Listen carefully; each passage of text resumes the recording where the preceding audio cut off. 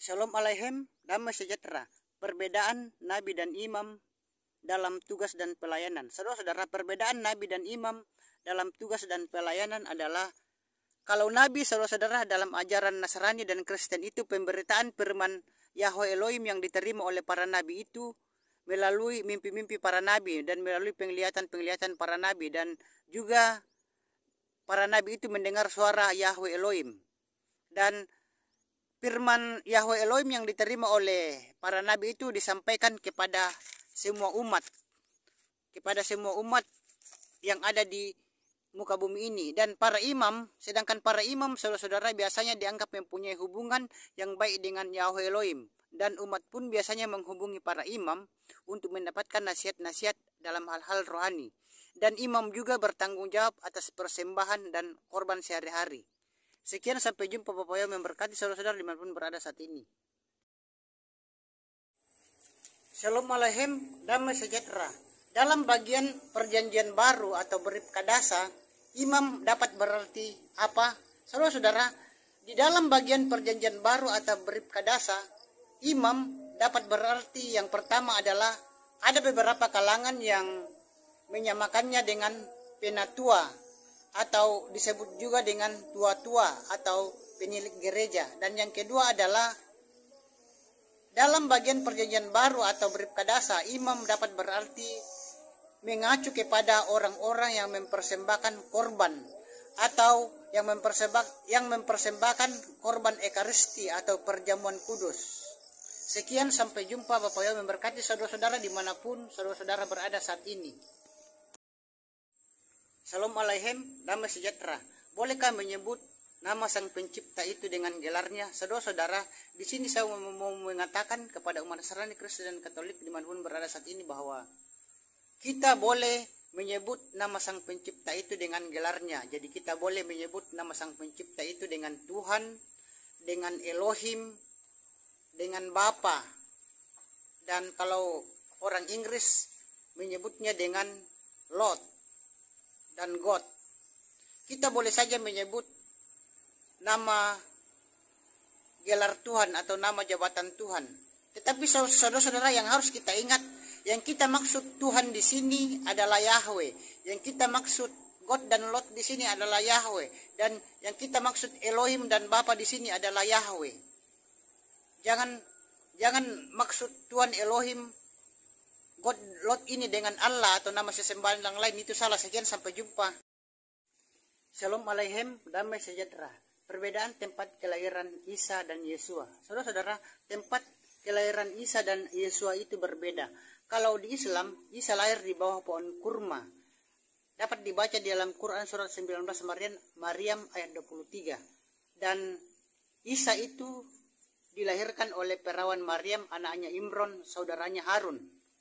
Dapat dibaca di Quran surat 66 At-Tamrin ayat 12. Sedangkan saudara-saudara, Yesua Hamasya itu lahir di Migdal Eder, kandang domba. Dapat kita baca di Lukas 2 ayat 7. Dan Yesua Hamasya itu lahir oleh perawan Maria, anaknya Eli. Dapat kita baca di Lukas 3 ayat 23. Itulah perbedaan tempat kelahiran Isa dan Yesua. Sampai jumpa. Shalom Aleichem, damai sejahtera. Yesua Hamasya, penyambung lidah Elohim. Saudara-saudara dimanapun berada saat ini, Yesua Hamasya itu penyambung lidah Elohim atau penyambung lidah Tuhan. Jadi saudara-saudara, karena Yesua Hamasya itu penyambung lidah Elohim atau penyambung lidah Tuhan, jadi Yesua juga itu disebut dengan Nabi, saudara-saudara, karena penyambung lidah Elohim. Dan saudara-saudara, di kitab suci kita dapat kita baca bahwa Yesus itu penyambung lidah Tuhan atau Elohim. Dapat kita baca di Yohanan 15 ayat 5 dan Lukas 4 ayat 43. Dan saudara-saudara, masih banyak lagi ayat-ayat yang mengatakan bahwa Yesus masa itu penyambung lidah Elohim atau penyambung lidah Tuhan. Dan sekian, sampai jumpa. Bapak Yahweh memberkati kita semua dimanapun kita berada. Sekian. Shalom Aleichem, damai sejahtera. cara melawan iblis atau setan. Saudara-saudara, cara melawan iblis atau setan itu adalah kita tidak boleh takut sama iblis atau setan, saudara-saudara. Kita harus berani melawan setan atau iblis tersebut. Karena kalau kita takut sama setan atau iblis, maka setan itu atau iblis itu tidak akan menjauh daripada kita.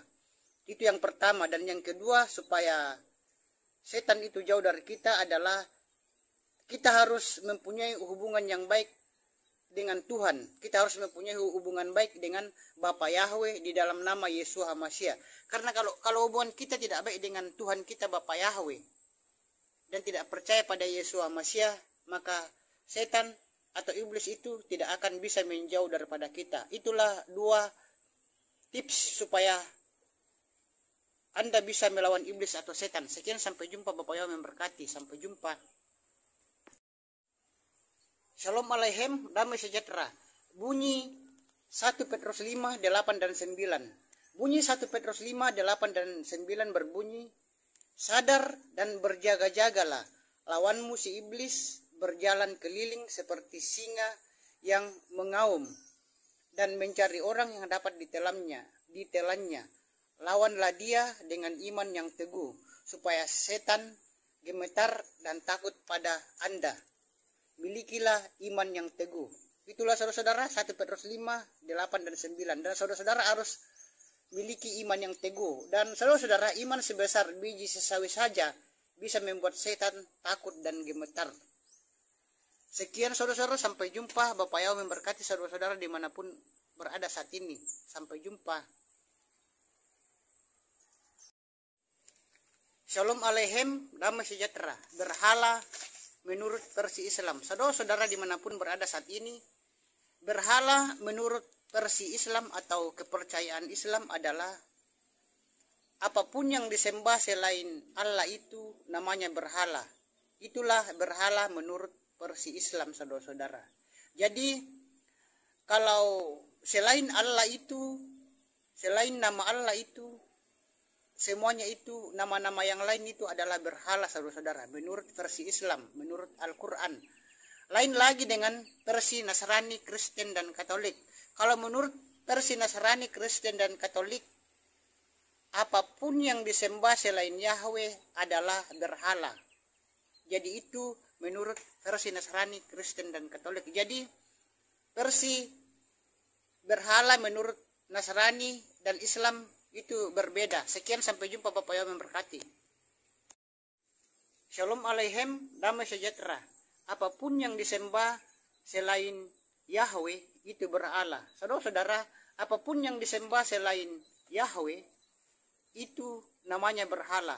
Itu versi umat Nasrani, Kristen, dan Katolik. Jadi versi kita umat Nasrani, Kristen, dan Katolik adalah apapun yang disembah selain Yahweh itu adalah berhala, saudara-saudara. Itu menurut versi kita umat Nasrani, Kristen, dan Katolik. Dan saudara-saudara, menurut versi Islam lain lagi. Kalau versi Islam, apapun yang disembah selain Allah itu namanya berhala. Jadi versi kita umat Nasrani, Kristen, dan Katolik dengan versi umat Islam itu berbeda, saudara-saudara. Dan marilah kita berjalan di jalur kita masing-masing. Sekian, sampai jumpa. Bapak Yahweh memberkati saudara-saudara dimanapun berada saat ini. Haleluya, amin.